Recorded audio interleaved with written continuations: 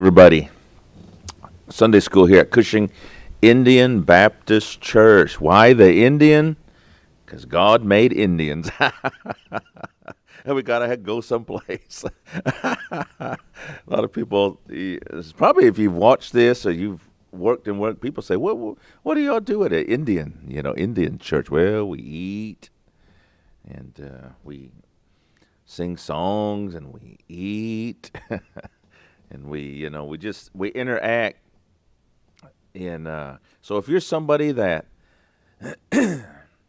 ain't all uptight and think you got to be a certain way and act a certain way and all of that, you might not fit into an Indian church. Just honestly, because we're Indian people. We've learned to laugh at life through all of the different um, seasons of life, as I spoke on the radio yesterday. And so we're an Indian Baptist church. I was told the kids, we're talking about the states of matter, solid, liquid, and gas. Plus, there's a fourth state, which is plasma. And there's actually a fifth state, too, which is a Bose-Einstein condensate. So there's five states of matter. And how people naturally move. And I said, if you go to a restaurant, how do you, what do you do? And you tend to sit separate from people. When you go into a restaurant, you don't sit right next to another family that's sitting there eating. You kind of move over here or you move over there. Or if you go to a movie theater, you tend to spread out. I said, well, that's the same way with nature. The particles, they try to spread out, But it's the attractive forces that hold them together. Quick science lesson. So the stronger the attraction, you get a solid. The lesser, you get a liquid, and then hardly any attraction, that's a gas. Well, an Indian Baptist church, like other churches, is just, we tend to spread out and congregate with like-minded people, but the attractive forces between us pulls us together is the fact we are American Indians. And so that's why you have, Indian Baptists. You've got, Chinese Baptists. I know we have one in our association. You got other Baptists. So that's just a working part of nature. And so this is Cushing Indian Baptist Church. We're glad that you're here. We're in the book of 1 John chapter 4 this morning in the New Testament. We've been looking at 1 John. John, again, was a person who can give firsthand account of the relationship with Jesus. And he is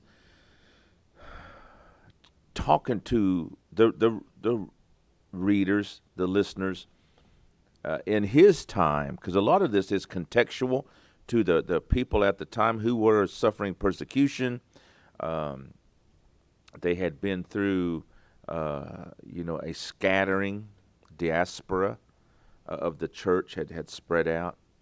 And so he's encouraging them. And the encouragement he gives, folks, is not what we might think. Because if you were to,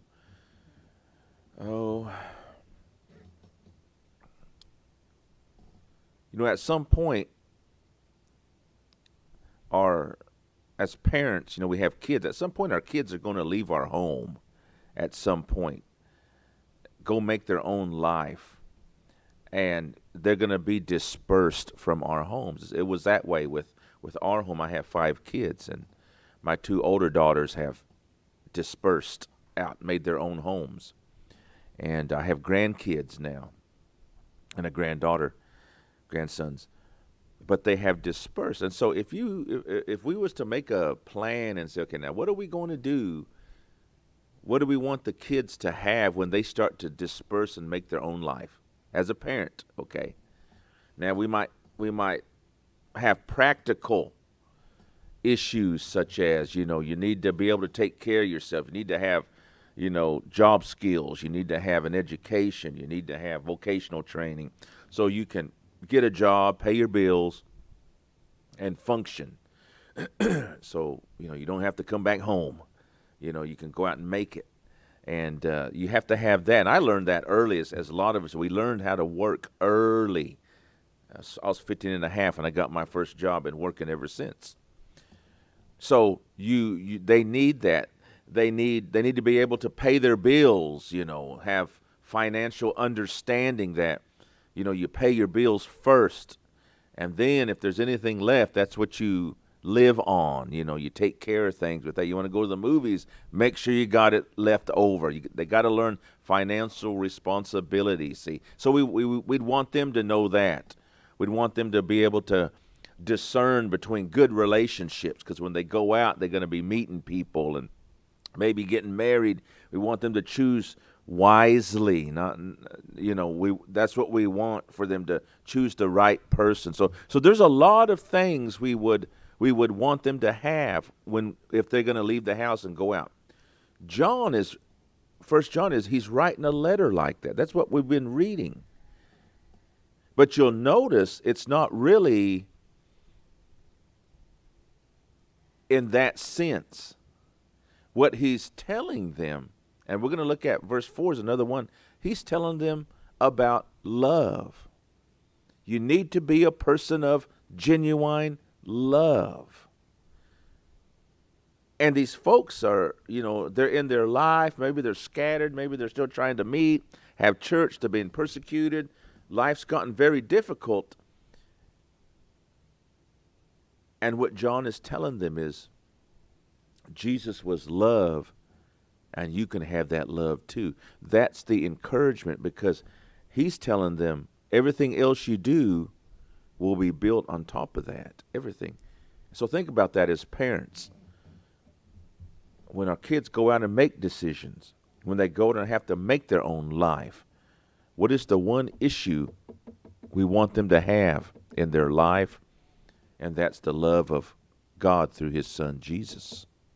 If you have that, and it's genuine in your life, all these other things, jobs and finances and homes and relationships, will be chose wisely, because you have the first foundation established right there.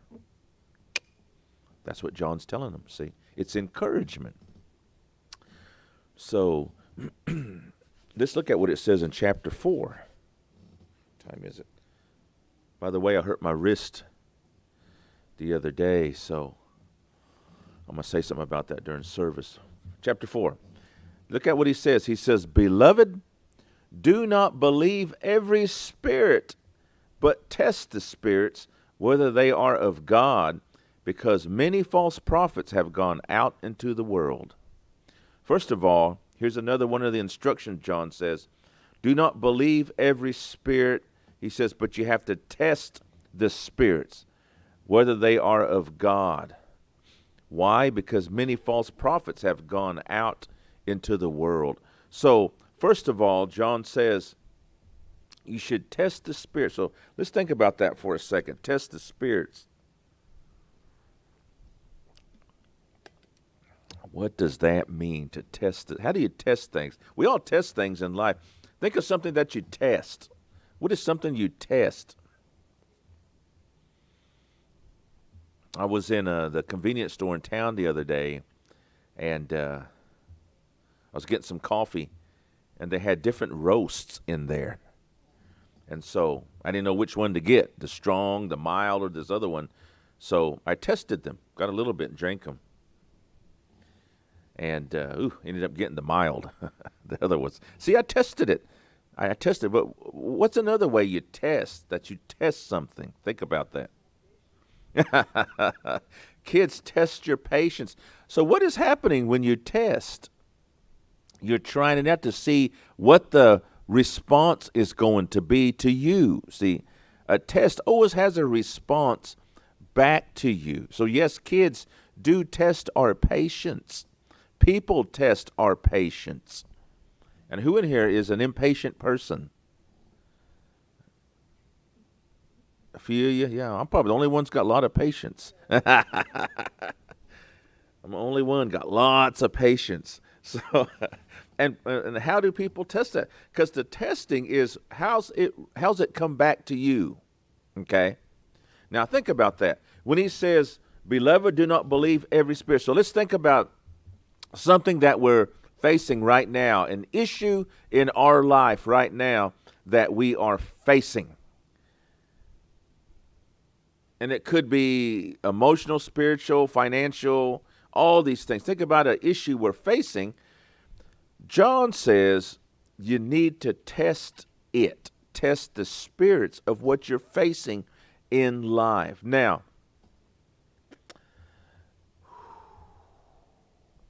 here's a good example. Maybe some of you will relate to this. I'm a very plain eater. I'm a plain eater. I don't spice my food up. Someone sent me a picture. One of my brother-in-law sent me a picture of what he was cooking. Looked really good. He was telling me about all the spices and everything on it. I just said, hey, all-purpose flour right here. It's all I use. All-purpose flour, some salt and pepper. A lot of pepper, less salt. That's what I'll use on just about everything. Salt. You can make anything out of that. Gravy, chicken, pork steak, chicken and dumplings, whatever out of that. Okay. But I'm not a eater that likes a lot of spice. Now, Krista wants to spice her food up, And typically, if she'll cook like that, I'll eat something else because I'm a plain eater. And you see, it's a matter of taste. Why? Because I know what I'm going to receive. I know that, it's like McDonald's. I like to eat at McDonald's. And I can eat at McDonald's whenever. Why? Because I know the food is always going to be the same. I know what I'm going to get. You go to some other restaurant you ain't tried before, and it's got the word Thai on it. It's got the word Mongolian on it. It's got the word something else on it. You don't know what you're going to get. But at McDonald's, you do. So the test for me or for a person is, what is the result going to be back for you? When John says test the spirits, what he's saying is, what is the result that's going to come back to you with this issue or this decision? And will it glorify Jesus? That's the test. Will it glorify Jesus? In all of my years of preaching, there's only been a very few times I can think of, maybe 2 or 3, but some has happened here, and some has been at another church, I remember, where somebody has come down the aisle during invitation and said, I can't go to church on Sundays because of my job. That's their test. They want to go to church, but they can't because of their job. And the person, I remember this one lady in particular, she had a really good job. She says, but I can't make Sundays, and I want to. And you know what she did? She quit her job. And she got another one so she could go to church. I have not seen that very much. That's a test. And does that test glorify Jesus? Yes. And so that's a good issue. And I've heard others, and it's been here in church. People want to go to church, and boy, they come, change jobs, and boom, they're back at church. That's a test. Does it glorify Jesus? So think about that. In whatever you might be facing, online, here, something, does it glorify the Lord? He says, test the spirits. Now, how do we test them? Well, a lot of us taste, like I did. I taste, or test your patience. What's the end result going to be, or whatever it is. We test other things. You test drive a car. We went down to Shawnee a couple years ago. I was test driving a car. It's too small for us. And so we ended up not getting it. But I still get these emails as if they think I bought it. It's time for your whatever checkup. It's time for your this, And I'm thinking, I never even bought the car. But to them, see, I didn't matter. I'm not even a real person. I'm just a data figure on something that somebody sends that stuff. So that is something that we test. John is telling the people, test the spirits, because remember, if there's something we could teach our kids as they go out into the world, is learn to test and see what's real. And your decisions, does it glorify the Lord? So if they ever come to you and say, hey, I don't know what to do, ask them, well, which one glorifies the Lord most? Which one glorifies the Lord? And that's going to be your answer. Test the spirits. Because there's many false prophets that have gone out into the world, and we know that. Our kids can get suckered into a lot of things out in the world. Verse 2, by this you know the Spirit of God. Every spirit that confesses that Jesus Christ has come in the flesh is of God. In other words, there's going to be a reality to it.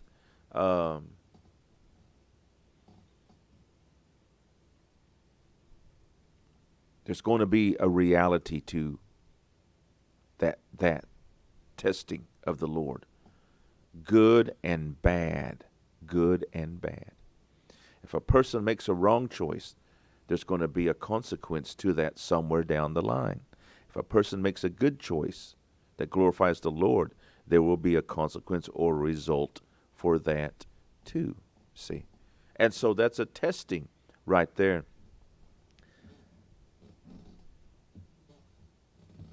So let's pause right here and think to yourself, is there something I need to test? What is the test? See, what is the test?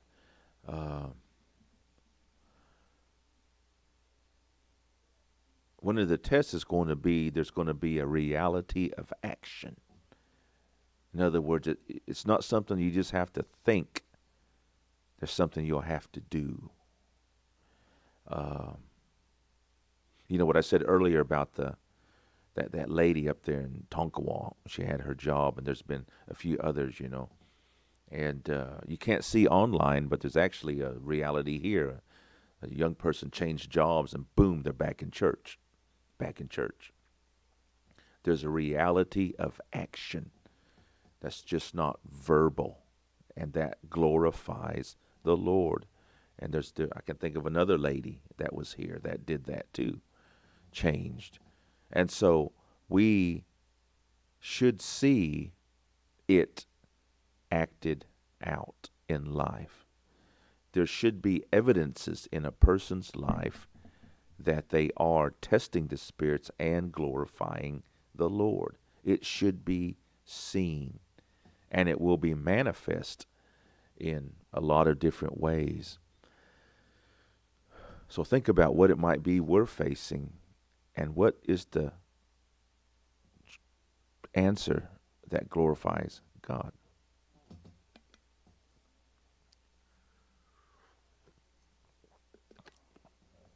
Oh, that's good. Corey, you want a drink of my coffee? Krista? Now, we drink different coffee, don't we?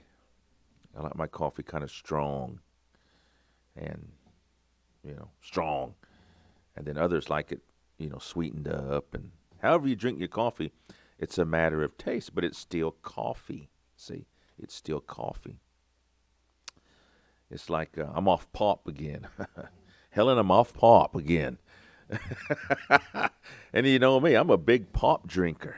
Who in here, who else is a big pop drinker? Anyone else a big pop drinker? No, just me. I mean, I was drinking probably a 6-pack of Diet Coke a day or more. And it was getting to me. And when I start to drink too much, my body starts to ache. And so I haven't had a pop in 4 or 5 days now. And back on coffee and back on tea and water, Powerades. And we'll see how long this goes this time. But it's a matter of taste. I've had to learn to try tastes. And folks, a lot of times your choices are based upon your tastes that you've acquired in life. Maybe you've, like one of the folks here at church said, their patience has been tested, or they've been through hard things, and that allows you to make a better choice later. and on and on. So think about that, okay? If you're thinking about maybe going to school, changing jobs, making some type of change in life, what glorifies God the most? It says, by this you know the Spirit of God. Every spirit that confesses that Jesus Christ has come in the flesh is of God. There's the what glorifies God. And every spirit that does not confess that Jesus Christ has come in the flesh is not of God. And this is the spirit of the Antichrist, which you have heard was coming and is now already in the world. So when he says this is the spirit, he's not saying this is the Antichrist. He said this is the spirit. In other words, it's a spirit of rebellion. Okay? He says there's already a spirit of rebellion that's come into the world. They knew that expressly in their day and age, and we can see that even in ours. You are of God, little children, and have overcome them, because he who is in you is greater than who is in the world. See, now that's been said many times. He who is in you is greater than he who is in the world. So think about that. Let's think about that for a second. When John says Christ who's in you is greater than anybody else in the world, what's he talking about? What's he mean? Does he mean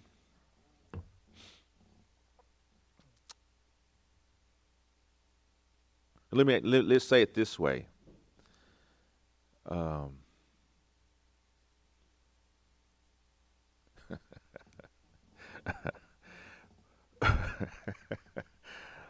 Who's the winner and who's the loser?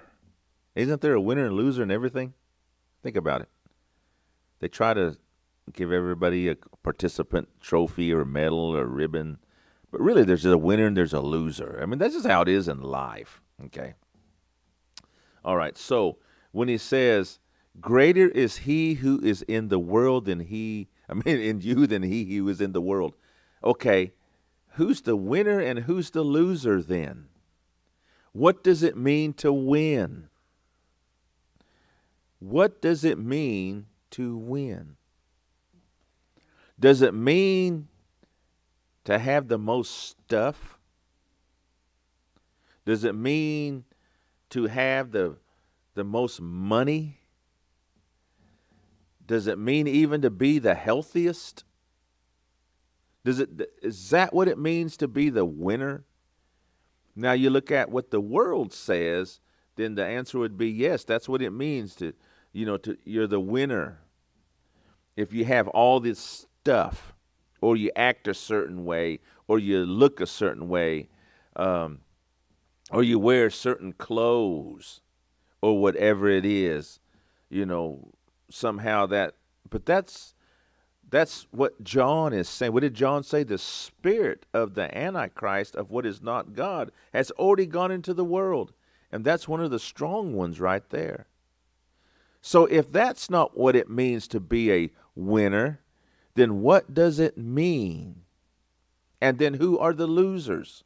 Because there's got to be a winner and a loser. Or in other words, what's it mean to not be in that group? Well, John says it right there. It's dependent on who is in you.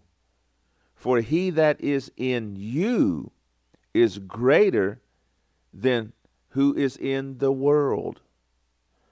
And sometimes we need to be reminded of that.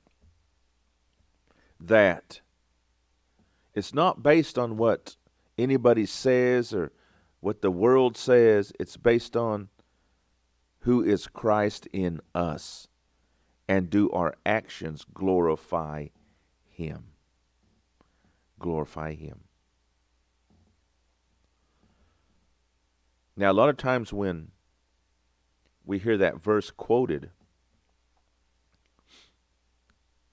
it's quoted in a sense that, pat you on the back, you'll be all right because greater is in you than is in the world, something like that. That's really not what John is saying with that verse, though. What has he been saying? He's telling people who have made the choice that my foundation is going to be love through Jesus, he's telling them, you've made the right choice, see? And when you come to a time when it may seem like you're hurting and you're struggling and things aren't working out, he's saying that doesn't make a person a loser. Because of Jesus, you're still a winner, because the one that's in you is greater than all the things you face in life. And there's a great, honest truth in that. So, we don't always win. I was telling Krista the other day, we was at Hominy. Adam played football, and they got beat. I think he beat like 12-0. It's a close game. And boy, we was right in there. And Homony's big old boys, you know. And we was right in there. I mean, our boys, they're not as big oftentimes. Actually, they always seem like they're smaller than all the other teams. But, man, they play hard. They play hard. And we got beat. But nobody felt bad because they had competed so hard. And they were right there. You know, there's a couple fumbles. And my son Adam fumbled actually on the goal line. But he was running hard. And so, even though they lost, were they losers?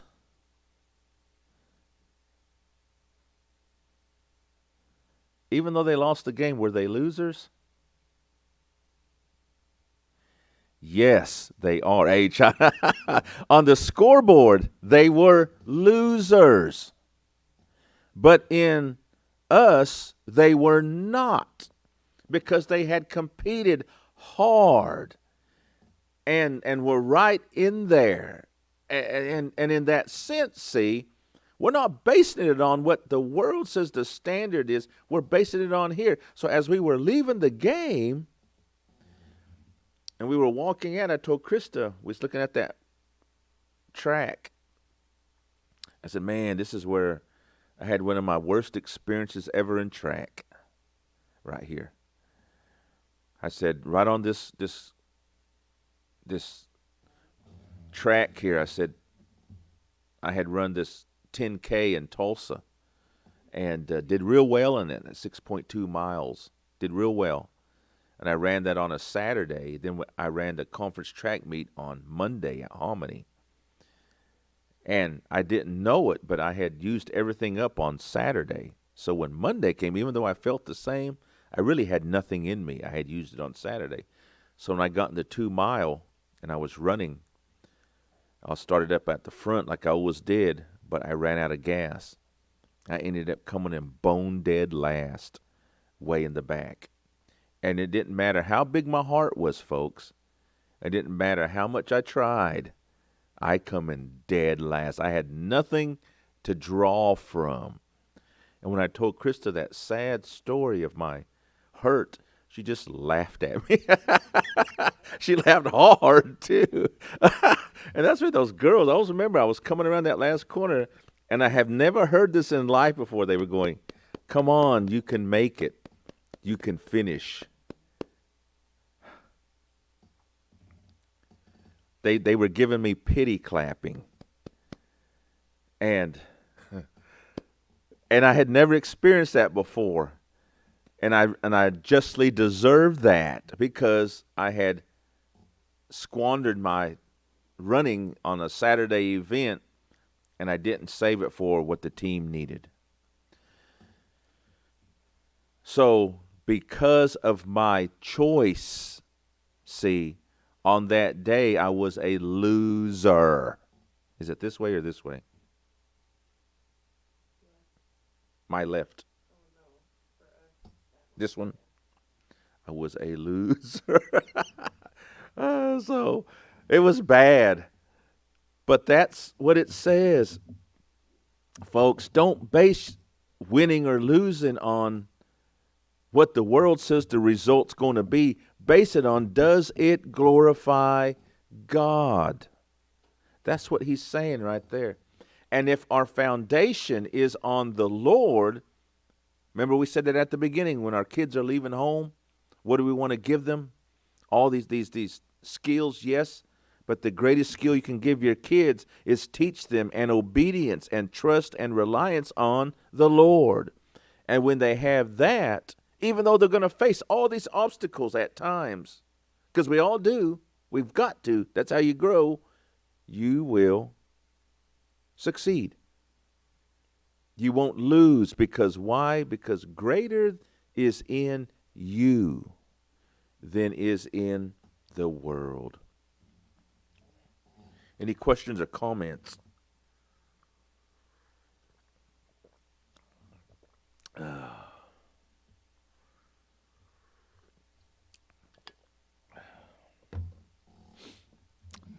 So that's what John is telling them, see.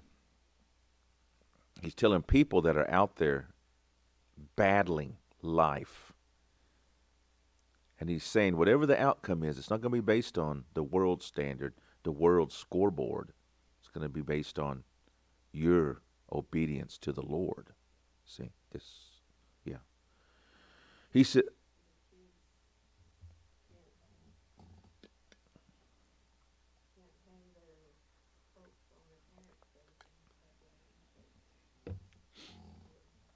Krista said kids can't hang their faith on their parents' faith. They got to have their own, which is true.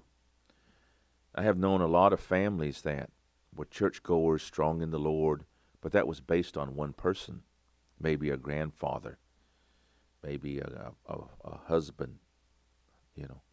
And when that person passes away and they're gone, the whole family just falls apart. I've seen that many, many times. And they just scatter out, and they get in all kinds of trouble, bad choices, alcohol, drugs. What happened? They were all trying to depend on one person's faith. You got to have your own. You got to have your own faith in that day. And so that's one of the things we teach our kids. Have their own faith. He says, "You are of the God, little children, and have overcome them, because he who is in you is greater than he who is in the world. They are of the world, therefore they speak as of the world, and the world hears them." Can you speak the world's language? Let's think about it for a second. What is the language of the world? Let's think about that. So what is the world's language?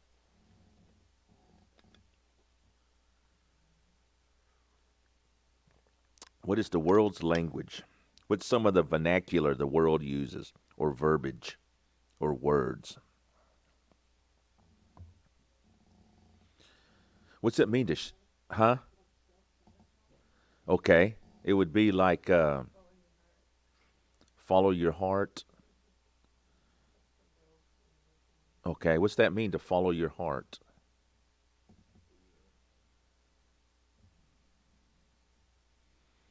Follow your heart. In other words, do what feels good. Yeah. What's going to make you happy. Okay, that's a good rule standard. And a person could get up and argue that. You know, why do something that makes you feel bad? See. Why would you encourage a person to do something that makes you feel bad?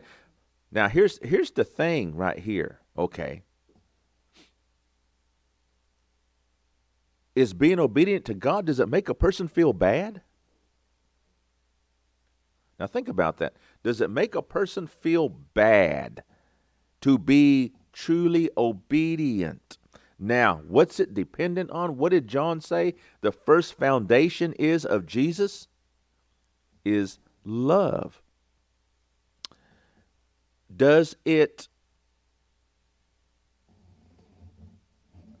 feel bad to get up and have to go to work, to have to clock in or whatever people do? Does it feel bad to do that? You know, to have to do all the things you have to do? No, because you understand it's going to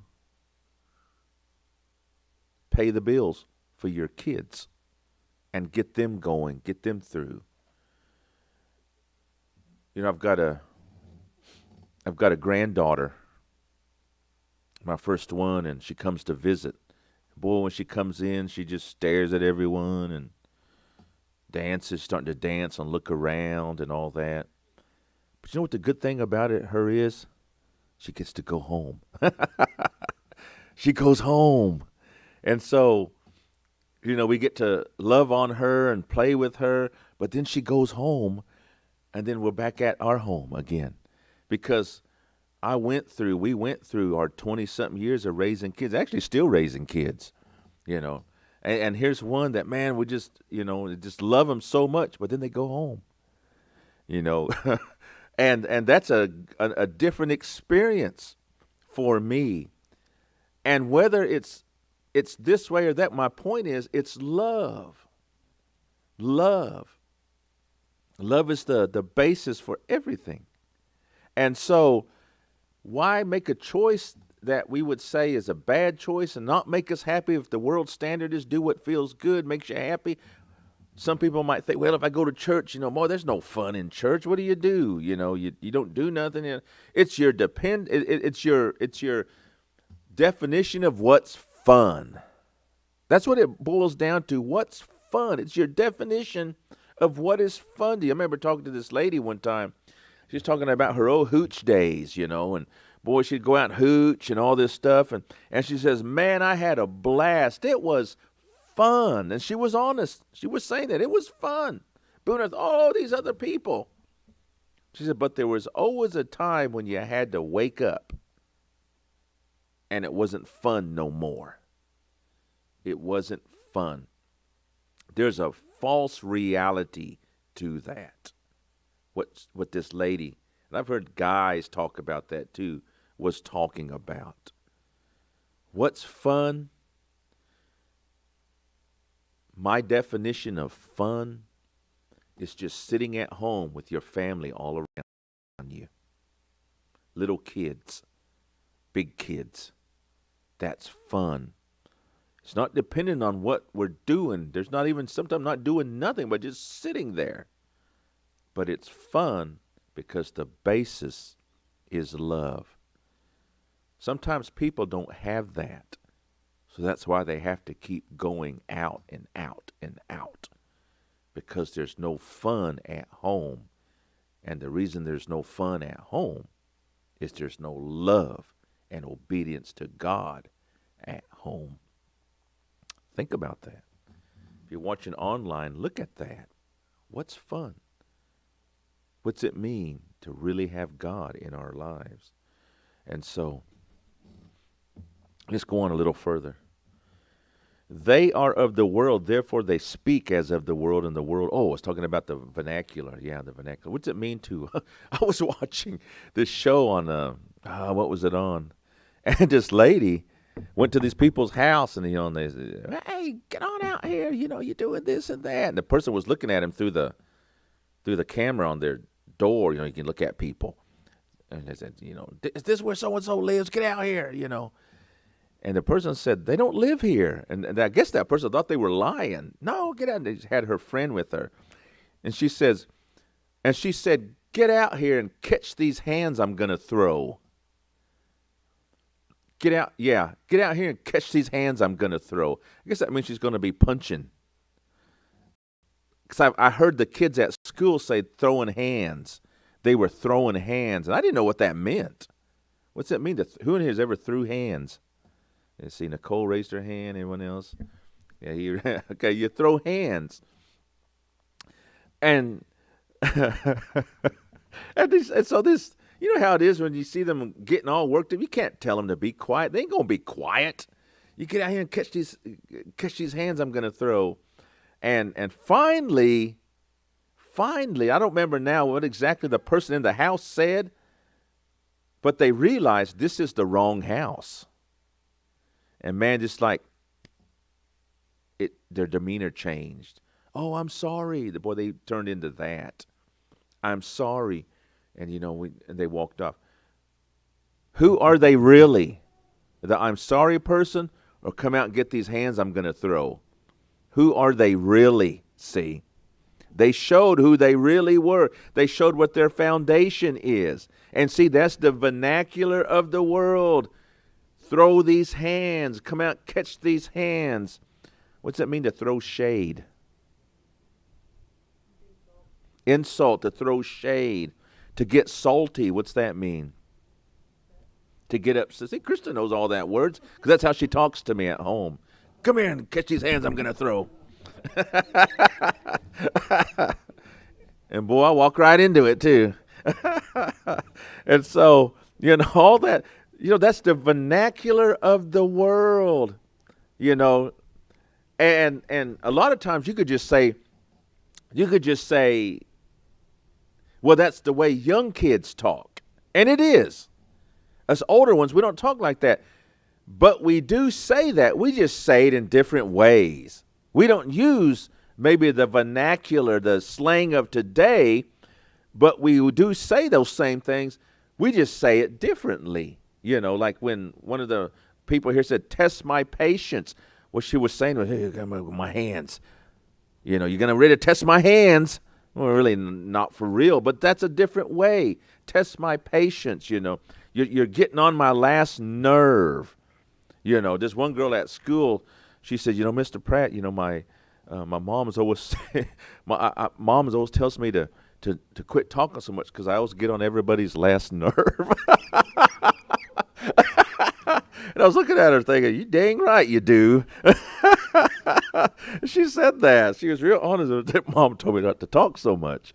And so that's our way of saying it. But, we all talk that language at times, and it's the language of the world. The language of the world is a selfish language. It's a language that's centered on our needs, our wants, our desires. See, it's a need. A lot of times it's based on a person's guilt and shame that they carry. But that's not the Lord's language. And John said, they are of the world, therefore they speak as of the world, and the world hears them. The world listens to that language of hurt, of despair. I was telling the kids the other day, as we get colder in the mornings, one of the things I notice at school is the colder it gets, the closer the kids bunch up in the mornings before we go into the building.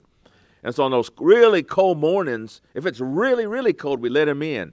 But if it's above freezing, the kids stand outside till the bell rings. But you'll notice they will bunch up in little groups and all be standing there, by each other. Because the colder it is, the more they bunch up and they gather together. And the world is like that. It gathers amongst itself.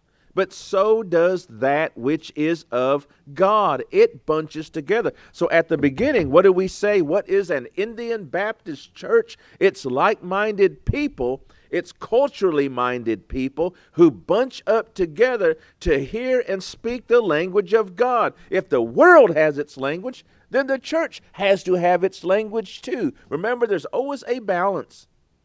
So the question for us is, do we speak that language? And do we understand it? We got a Navajo lady here in church. I'm always asking her, how do you say this? How do you say that? And you hear their language. And then people will ask me the same thing. How do you say this? How do you say that in the Pawnee language? So we all have this language. But folks, John said there's a language of the Lord. And that language of the Lord, he says, first and foremost, is based on the fact Jesus loved us.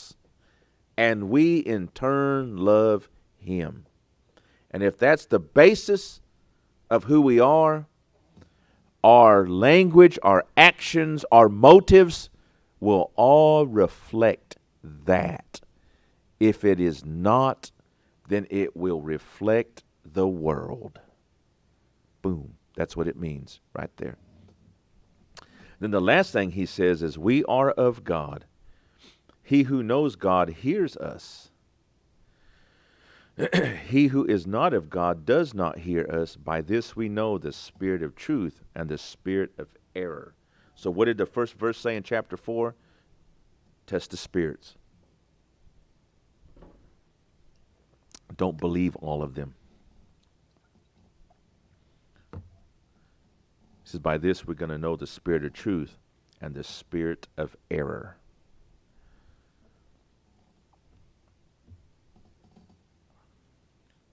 So, looking at these verses,